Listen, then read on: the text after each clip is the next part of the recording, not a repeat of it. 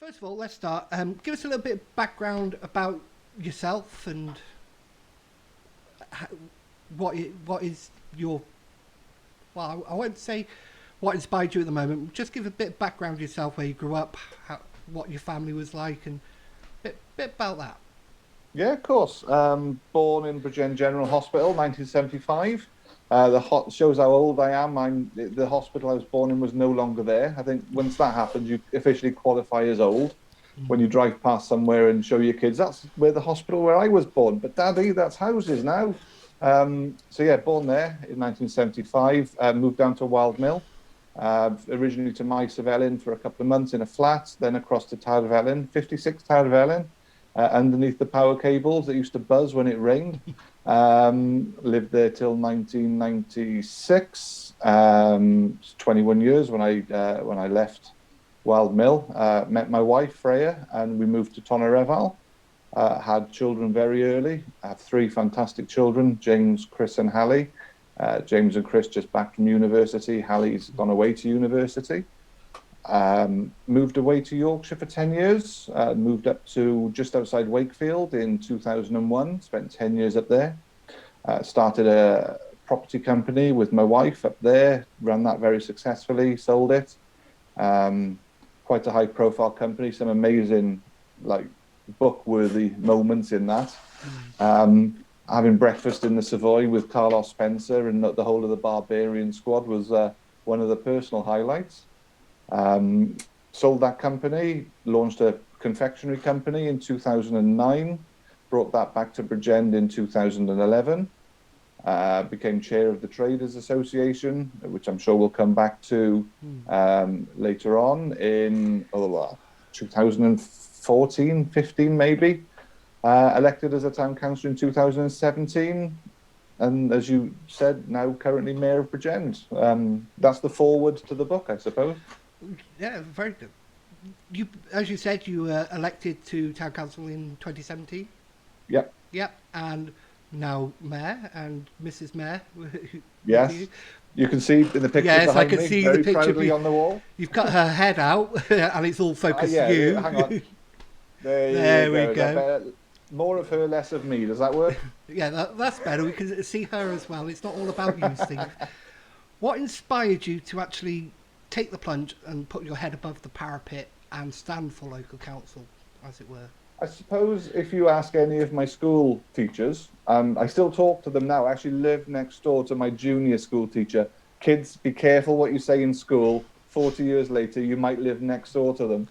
And I'm still in touch with quite a lot of my old teachers. And I think they'll probably tell you that it was predetermined, that I was always destined to end up in local politics, always been opinionated, rightly or wrongly, always felt the need and the desire to express that in a respectful forum. Um, but on taking the chair of the Bridgend Town Centre Traders Association, you get closely linked to politicians at that point. And the very first thing that I did was I wrote to Bridgend Town Council, to Bridgend County Borough Council, and all five elected assembly members and the MP. And at that point, I said that the traders wanted to engage with them. And we got very close to them. And Bridgend Town Council would send councillors along. I think BC did the same. Assembly members attended. I met the MP in their office. And I started to go to sit in the public gallery of Bridgend Town Council meetings and just got more and more involved, got to know all 19 of the councillors, started talking to them, started to get annoyed about things, started to like things, started to feel that this could be an outlet for myself. And I know when you spoke to Councillor Alex Williams, Yeah. he actually said that it was a co-option that made him resign from Pencoed Town Council. Yeah. There was actually a co-option on Bridgend Town Council that made me want to get in there.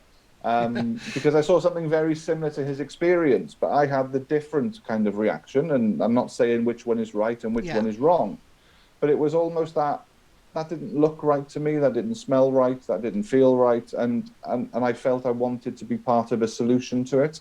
So the 2017 5-year elections came around. I put my name forward and and there was obviously a lot more going on in the background, because obviously we've known each other for a long time now. And I started to reach out to other people who were elected as independents, and I started to reach out to other people who wanted to stand as independent, and we formed this group, which at the time, the very outset, and not many people know this, the original name was the Bridgend Town Alliance, which goes way, way back. That was, wow, I mean, we were meeting in people's living rooms, in briefing room A in the Weatherspoons down in Bridgend, which is just a little corner, it's a little code name for it. That obviously then became changed for Bridgend, which is where we met. Yeah. And I think the probably that probably started when you messaged our Facebook page. Uh, And it was Lee Robson I contacted first, who was part oh, of, okay, Lee, yeah, good guy. and Lee put me in contact with yourselves. Yeah, And that's where I met you and Paul Warren. yeah, in the old castle. In the old Lots of castle. pubs. We always used to meet in pubs. Yeah, we're not barred from meeting in pubs as a personal group, unless you're Exactly. councils. No, it's actively Councils encouraged. and that can't. But Well, yeah, we that's we've met.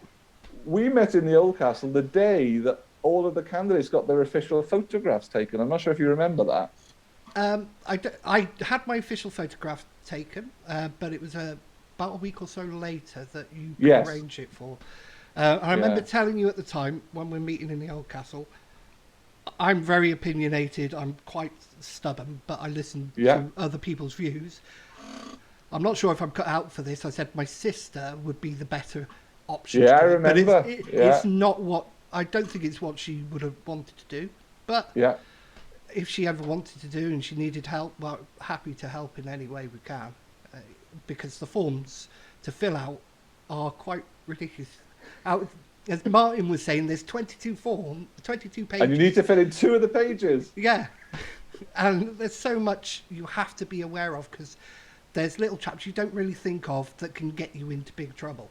Really. Yeah, and I'm sure we'll go on to this later Yeah. on, and I don't want to go off on a tangent. But that fundamentally, what you've just described, is the entire ethos of the movement that's now known as Bridgend County Independence. Yeah. You get this form from a local authority that you have to fill in. You're 3 pages in. Have I missed anything? Should I have written something? And it's daunting. It's not. I don't want to say it's easy because it's not easy. It's No. easy when you know how, and when you can surround yourself with people who know how. It takes that away from people who want to stand. Yeah, and we were very lucky because we had David Unwin, With 44 years of experience. who seemed to know everything that we needed to do, Yeah, all absolutely. the forms. And it's great having that not depth of knowledge around you so you can learn from for future and help. Forget everything else, and I'm Yeah. sure we'll talk about everything else. Fundamentally, that's it. That's nuts and bolts what it is. The meeting that we had, you reaching out and saying, I want to do this, I don't know how, or I don't know the process. That's it. That is it. And you offered advice at the time because I wanted to stand where I lived in Brynmenyn. Yeah. And you said that's going to be extremely difficult because it's packed. You already had Labour, Conservative, Plaid, and then Independents going already. So it was. Yeah. it wasn't thing, and you advised to stand in Brinkethin, which I eventually did. Yeah, but another thing then was, it was never told to do that, and we had many conversations about it. You It was advised. always a decision. Advice is the key word. Yeah. Absolutely. And that's what it was. It's advice, and that's what Bridgend County Independence does. I know I shouldn't really talk about this. Want to keep it No, I know. apolitical, but Yeah.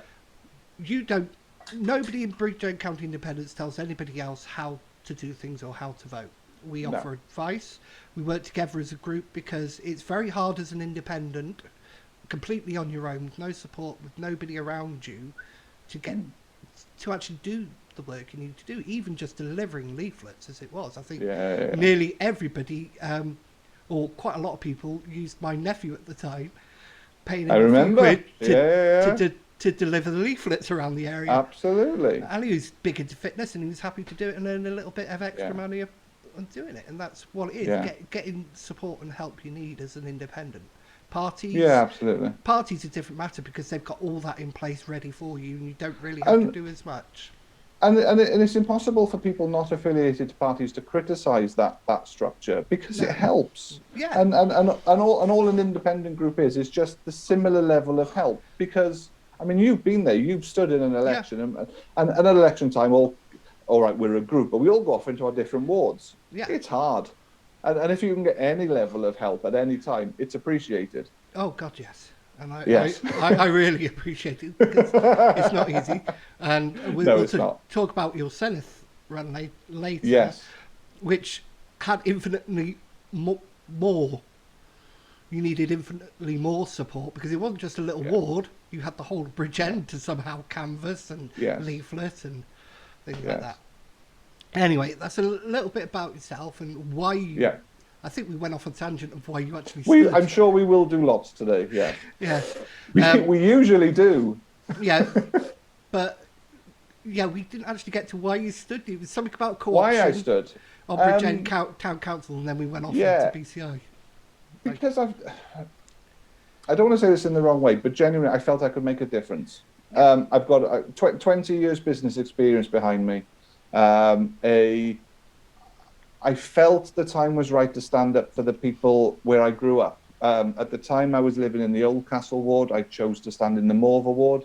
Some people don't think that's right. Some people think you should stand in the ward where you're living. But I felt this affinity with the Morva ward.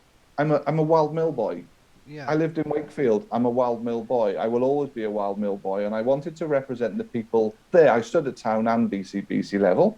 I didn't win at BC level. I won at town council level. And yeah, it was that wanting to make a difference, wanting to be a voice, wanting to work. And I know you said we'll maybe talk about the waste situation, but wanting to be that community leader, that person where people can go to get help. Yeah. And I think people would say I've got a pretty big mouth. It was that moment was the time to put my money where my mouth was. Yeah. No point me shouting from the sidelines to get involved, to make a difference. So it was that led me to stand, and it's probably been one of the best 5 years experiences I've ever had. I've run companies. I've referenced the amazing time I had at Home Finder. Being a counsellor has been so much more fun than that. I've really enjoyed it.